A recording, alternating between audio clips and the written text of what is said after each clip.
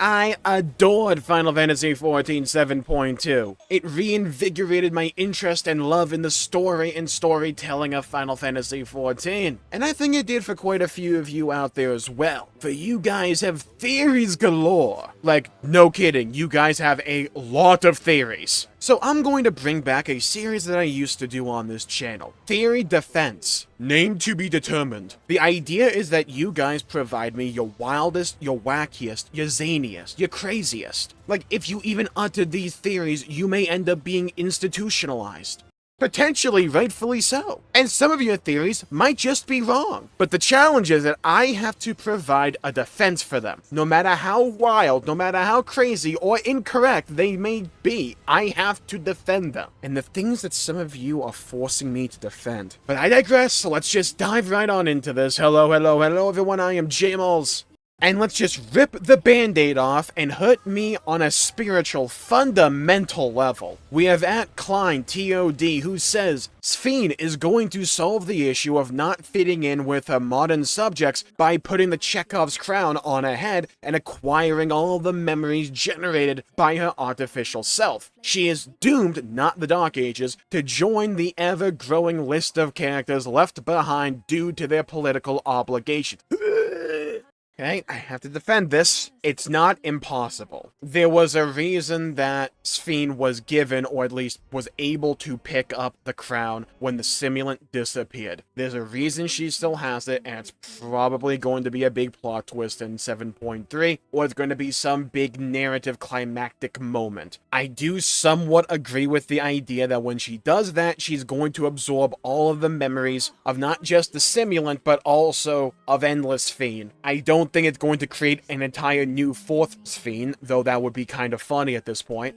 And I do think what will happen is we'll just have the real Sphene that we had with 7.2, just with all the memories of the other Sphenes. And while they have set up Gululja to be the leader of Alexandria, and despite on multiple occasions in 7.2 saying, well, I say multiple, it might just be the one, that the people of Alexandria are no longer her people to rule. Like, let's also be fair, I'm pretty sure Gululja is still in the stage where he eats glue and shoves crayons up his nose like he's Homer Simpson. Leaving the entire kingdom in the hands of an actual Nepo baby may not be the smartest thing for the long-run health of Alexandria. So would it particularly blow me away or, like, make me surprised if the idea is that in the meantime, while Gululja, graduates at least the 3rd grade, we have Sphene come in to take up a temporary leadership position and we're forced to leave her behind at least for a time? I could see that happening, even though I really don't want it to. I could see that happening, because again, Gululja is like 4. At least in lizard years, I don't know how they work. It would pain me, it hurts me to even say this. I don't want to, vocalize this into existence, but I could see it happening. Now, if you'll excuse me, I have to go repeatedly dry heave. Alright, blasphemy aside, let's get hyped. We have at a low 4807 who says, okay, hear me out. I will. The fact that we still have no Final Fantasy Origins collab leads me to believe that Jack will soon join our squad. He will make fun of us for watching cutscenes, and he is good at being the bad guy at the end. Well, I haven't played Origins, so don't know about that latter part, but I'm just saying, good guy Jack could never be bad. Prove me wrong. Look, if we could have a collaborative raid series for Final Fantasy XI, I don't see why we can't have content for Final Fantasy Origins. A Jack quest would be the hardest thing in this entire game. And I absolutely love the idea and the sense of humor that Jack comes in and he's immediately labeled as a cutscene skipper. And you see, if they were really funny, what they would do is they would just yoink the UI from various plugins and add-ons, oh my, and all that stuff. Give you a section where you have to play as Jack Garland, and he just has every cheat in the book on top of a damage meter. Dude's got call-outs. Dude has wall hacks. He has a zoom out hack as well. And also, just to be really funny, throw a giant red dot that takes up a shocking amount of the screen right in the middle. And specifically for the sections where you play as him, you have to manually force the music to be 200% volume, and it has to be Limp Bizkit. There's no alternative here. You have to get the license. It will go down as one of the greatest sections of any game to have ever been made or even conceived of. And it's such a good idea that I full-heartedly believe they have to do this. I mean, like, seriously, when you actually think about it, what else could a potential collab with Final Fantasy Origins even look like? Like, you have to lean into the memes, because we're not going to be able to take it seriously. Like, that's not going to happen. Like, it has to be funny. It has to just, like, lean into it. And on top of all of that, it has to be part of Hildebrand. Like, dude, we had Greg, formerly known as Gilgamesh. Jack Garland is the perfect character to have for a Hildebrand quest. Like, it just makes so much more sense the more I'm talking about this, to where now I'm actually starting to gaslight myself into believing it's going to happen at some point. Like, Jack still gets memed on to this day. You have to make use of that as a company at some point, especially for Final Fantasy XIV. It's like with all the other references to Final Fantasy that we've had, this just works so well. Next up, we have at Squidopedia, great name, _ who says, my theory is that when they add a new ranged physical in 8.0, they'll just remove Machinist as a joke. Dude, what did Machinist do to deserve this? They just want to blast in multiple different ways. Not blast off either. They just want to blast with their gun, summon a giant robot, hit a flamethrower once every like 2 minutes or so. But like, look, I could see them doing something along these lines if, bear with me, they want to go back to the days of job quests instead of role quests. Hear me out. The reason they gave for the reason we went to role quests instead of job quests was just that they're adding so many new jobs all the time, and that over time, there's just too many jobs to where you would have to make individual quest lines for each expansion for all of those jobs, and it just becomes more and more and more work. So the easy answer, the rebuttal, is that I think most people will prefer job quests to role quests, so go back to job quests, and the way to do so, just remove the jobs that no one cares about. Machinist being a prime example of that. When's the last time you actually saw a Machinist in game? They're like Bigfoot.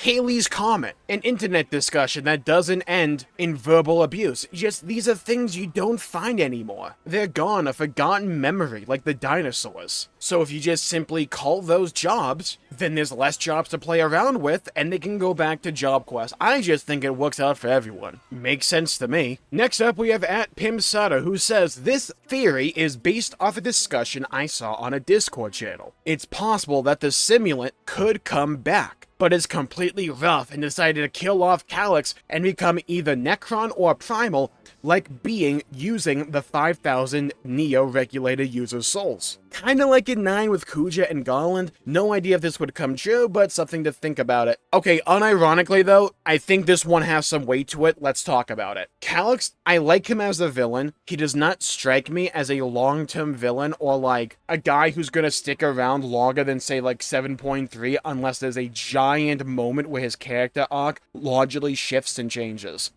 And because they really like Sphene right now, I could easily see them bringing a Simulant Sphene just back from the proverbial dead. Have a usurp whatever authority or power that Calyx has in the role of preservation and either significantly damage him or just straight up kill him. And we shift the potential of the story arc away from Calyx and back to Sphene so that we can have a big bad villain in the style of, say, a Necron from Final Fantasy IX that we just have not had in this entire story that is largely based and can find a lot of its roots in FF9. Also, thematically, let's think about this. We had a little bit of Simulant Sphene in 7.2, and I farmed a ton of thumbnails off of her, absolutely, and I will continue to do so. And is part of this defense grounded in my belief? Maybe not belief, but my desire for more thumbnails? Absolutely. Do I still think that I'm wrong? No.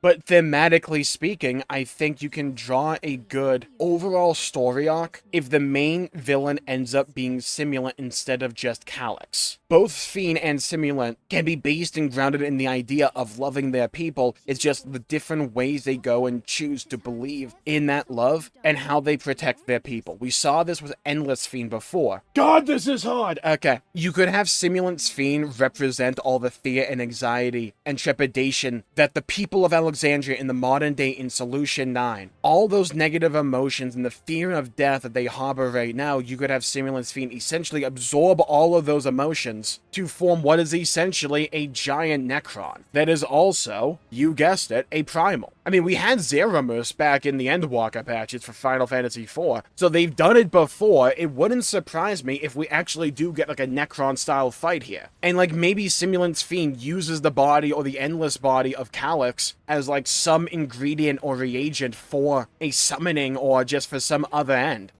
to bring about Necron. It feels as if this story is primed and ready for a massive plot twist. We just don't know, one, if it'll happen, or two, what it would look like if they do pull this trigger. This could easily be one of the viable routes they take. Because I like Calyx, I think he's interesting enough. I don't think he has long-term potential, and I think he is better utilized as like the grease in other characters' gears to get other storylines to like further and prosper, which is what I think he's acting as right now for regular Sphene. He's a good antagonist for her, and you could even use him as like a stepping stone for an even more higher stakes villain for Sphene and crew to take on. But the Sphene theories do not stop at all, any way, any shape, form, or way. Ignore that I said way twice. For the final theory of the video, we have at N Nyazmi, who says, headcanon is real Sphene, Sleepy Sphene, was used as a battery to summon primal Sphene, imagining that means endless Sphene, using the fervor of Sleepy Sphene to protect Alexandria, and the wants and prayers of the people to have her back did so. This would explain Fake Sphene's tattoo and the meaning behind it. She is the heart of the people and Alexandria, their perfect primal. This also goes into the whole Alexandria was Alexander in FF9 deal, wherein she is taking the place of Alexander. The reason the black regulators were handed out was likely to re-summon Sphene, since they lost access to Sleepy Sphene. As to how they figured out how to summon primals, Ascians. I mean, okay, that final part makes a lot of sense, because we assume, and even made a video on this, that at some point in the past, an Ascian was part of this equation, and I am personally of the belief that that Ascian, whether or not it's Pasturo, was acting in more of an advisor role, and was providing information, or Calyx acted in direct opposition to that Ascian's plan.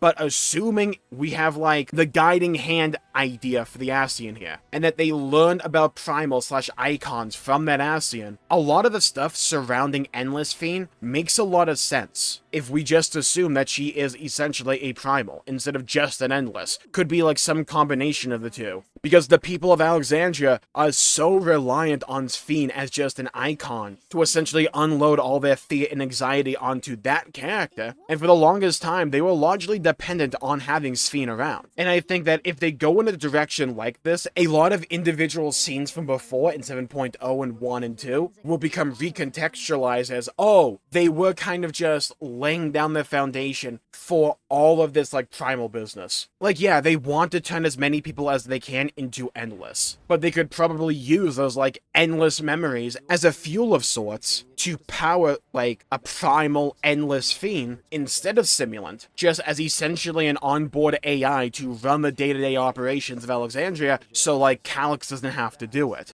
I could easily see there being a twist in 7.3 that alludes to this in some way. Also, I don't know how you could get through an entire story that is referencing FF9 so much without doing something Alexandria related. And by that, I mean Alexander. That was a massive moment and scene in the original FF9. And yeah, we had the Alexander raids back in Heavensward, but it wouldn't surprise me if we have, like, a reimagining of Alexander here as, like, this big boss fight or something like that. I mean, heck, we have the castle. Like, a lot of pieces kind of fall into place if they go in this direction. Is it Cope? Possibly. But I was told to defend this, and so I did. And with that, I'll call the video there for the day. Thank you all for tuning in. My pleasure for making the video. If you enjoyed it, please leave a like and subscribe. It really helps the channel out and help support future content, and I greatly appreciate it. And leave a comment down below with your own wild, wacky, zany theories about Final Fantasy XIV. And next time, I'll be forced to defend them as well. Or just to react to them. We'll see how it goes. Thank you all for tuning in. Stay safe. Have a great day. Go play some video games if you can. And as always, I'll see you all next time. Bye-bye, everybody. Until we meet again.